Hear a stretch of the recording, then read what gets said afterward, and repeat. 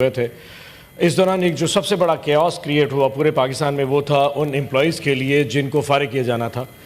میں نے اپنی انڈسٹریز اور پروڈکشن کی اسٹینڈنگ کمیٹی میں بھی اس وقت ہمارے جو منسٹر صاحب ہیں پنانا تنویر صاحب سے پوچھا تھا کہ کون کون سے محکمے ہیں جن کو آپ ڈاؤن سائزنگ کر رہے ہیں. تو اس میں کچھ محکموں کی ڈیٹیل آئی تھی, پوری ڈیٹیل نہیں آئی. اور جس وقت یہ ڈیٹیل آتی تھی وہ کہتے ہیں جی ایس آئی ایف سی میں گئی ہے یا ایپیکس کمیٹی میں گئی ہے. جب کبھی ایس آئی ایف سی کا نام لیتے تو ہماری تو روح کام جاتی ہے جی, سوال پوچھنا پتہ نہیں ہمارے لیے کوئی جرم نہ ثابت ہو جائے. تو میرے صرف بڑا سی معصوم سا سوال ہے کہ کون کون سے محکمے ہیں جن کو آپ نے بند کرنے کا ارادہ کیا ہے. نمبر 1, کیا اس میں یوٹیلٹی سٹور جیسے بڑے محکمے شامل ہیں یا نہیں ہیں, اور جن محکموں میں آپ نے فائنل کر لیا ہے بند کرنے کا ان کے امپلائیز کا سٹیٹس کیا ہوگا.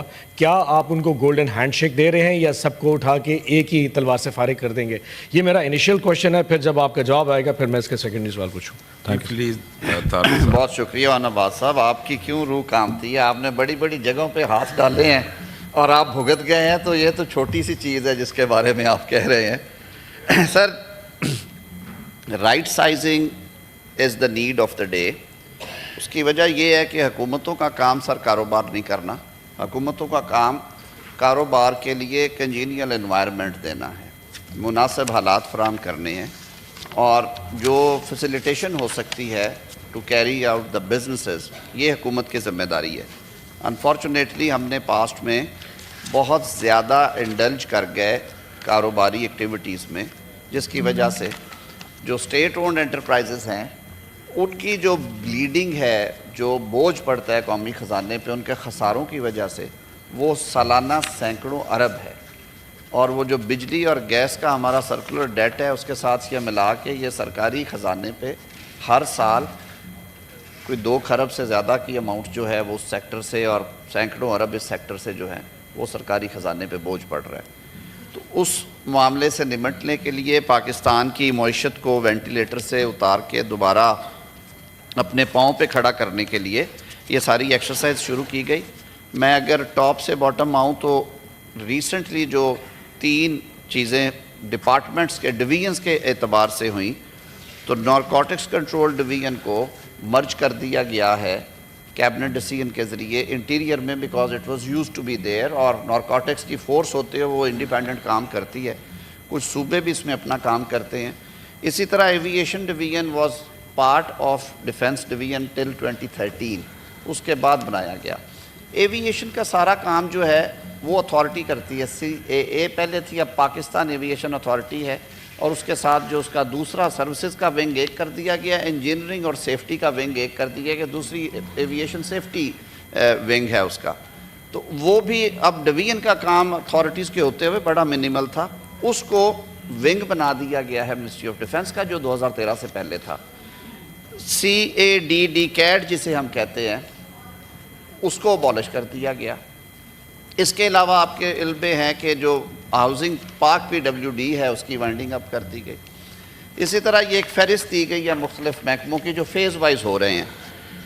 جہاں تک ملازمین کا تعلق ہے تو اس میں 2-3 ڈفرینٹ کیٹیگریز ہوں گی. وہ ملازمین جو ایک certain portion of length of service کر چکے ہیں, یعنی کہ اپنے ملازمت کے یوں سمجھیے آخری 5 سالوں میں, وہ پری میچور ریٹائرمنٹ پہ چلے جائیں گے. ان کے وہ پینشن بینیفٹس جو ہیں اس کے ساتھ انہیں ایک 1 ٹائم الاؤنس دیا جائے گا ان کی لینتھ آف سروس کو سامنے رکھتے ہوئے. وہ ملازمین جن کی لینتھ آف سروس ابھی 5 سال سے کم ہے یا 7 سال ہے, مجھے ایگزیکٹ سال یاد نہیں ہے, ان کو یہ آپشن دی گئی کہ ان کو ایج ریلیکسیشن فیڈرل گورنمنٹ کے باقی ڈپارٹمنٹس میں, تاکہ وہ اگر کمپیٹ کرنا چاہیں کہیں اور اپنے میرٹ پہ وہ کریں, اور انہیں کچھ ظاہر ہے وہ جو گڈ بائی پیکیج ہے وہ بھی آفر کیا گیا. اب یہ جو درمیان والی کیٹیگری ہے اس میں سرپلس پول کی آپشن بھی رکھی گئی, اور اس میں ڈیفرنٹ پیکیج جو ہیں وہ بھی ان کو بھی سٹرکچر کیا جا رہا ہے, اور پھر ان کو سنک کرنے کے لیے جو سول سرونٹ ایکٹ ہے اس میں ترامیم جو ہیں وہ اپروو کر کے CCLC سے اور کیبنٹ سے وہ لائی گئی ہیں آپ کے سامنے. اور جب وہ ترامیم آئیں گی آپ کے ووٹ کے لیے, اس کی میں پھر آپ کو پوری وضاحت کے ساتھ عرض کروں گا. ان محکموں میں, ان اسٹیٹ اونڈ انٹرپرائزز میں کام کرنے والے پاکستانی ہیں, لیکن اسٹیٹ پالیسی جو ہے وہ سب سے بالاتر ہوتی ہے, کیونکہ ریاست کا نظام چلے گا تو ہم سب کا نظام چلے گا. اس کو اسٹریم لائن کرنے کے لیے یہ رائٹ سائزنگ کی ایفرٹ شروع کی گئی ہے. اس میں کوئی ایسی نیت نہیں ہے کہ لوگوں کے روزگار لے لیے جائیں اور ان کو ایسے کر دیا جائے. ایون جو کچھ چیزیں آؤٹ سورس ہو رہی ہیں امپلائیز ان کے ساتھ جائیں گے, کچھ چیزیں پرائیویٹائزیشن میں رائٹ سائزنگ میں جائیں گی, ان کے امپلائیز ساتھ جائیں گے. ہم نے یہ ایکسرسائز کی. آپ کے جو بینکس تھے جب پرائیویٹائز ہوئے, فیز وائز ہوئے, آج وہ بہترین بینکوں میں ان کا شمار ہوتا ہے, چاہے وہ HBL ہے یا MCB ہے یا الائڈ بینک ہے. ان کے اس وقت کے جو ہزاروں امپلائیز تھے ان کو آئیدر گولڈن ہینڈ شیک دیا گیا, یا جو امپلائیز اچھا کام کر رہے تھے ان کو انہوں نے نئے مالکوں نے کنٹینیو کروایا. اسی طرح باقی محکموں کی بھی اور بہت ساری مثالیں ہیں. تو ریفائنریز ہماری ہیں کئی پرائیویٹائز ہوئیں, کئی انڈسٹریز ہماری پرائیویٹائز ہوئیں اور ان میں یہ سارے پروسیسز ہوئے.